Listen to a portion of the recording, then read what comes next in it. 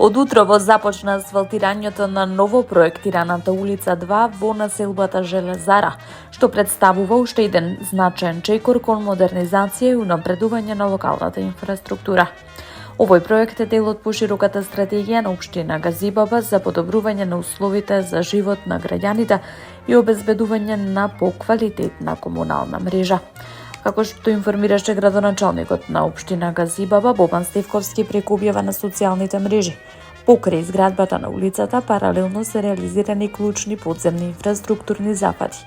Изградена е комплетна фекална канализација како и нова водоводна мрежа, со што се решаваат долгогодишни проблеми и се поставуваат основи за одржлив урбанен развој.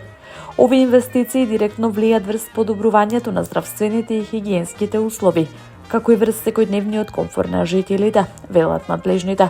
Купната вредност на овој проект изнесува 14 милиони денари, средства обезбедени преку вториот јавен повик на владата на Република Македонија.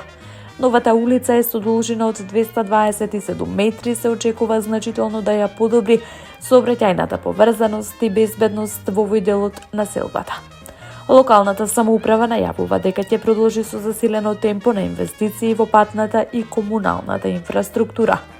Целта е, велат оттаму, секоја мало да добие уредени улици, современи инсталации и подобри услови за живот, со што општината ќе стане поурбано и пофункционално место за сите жители.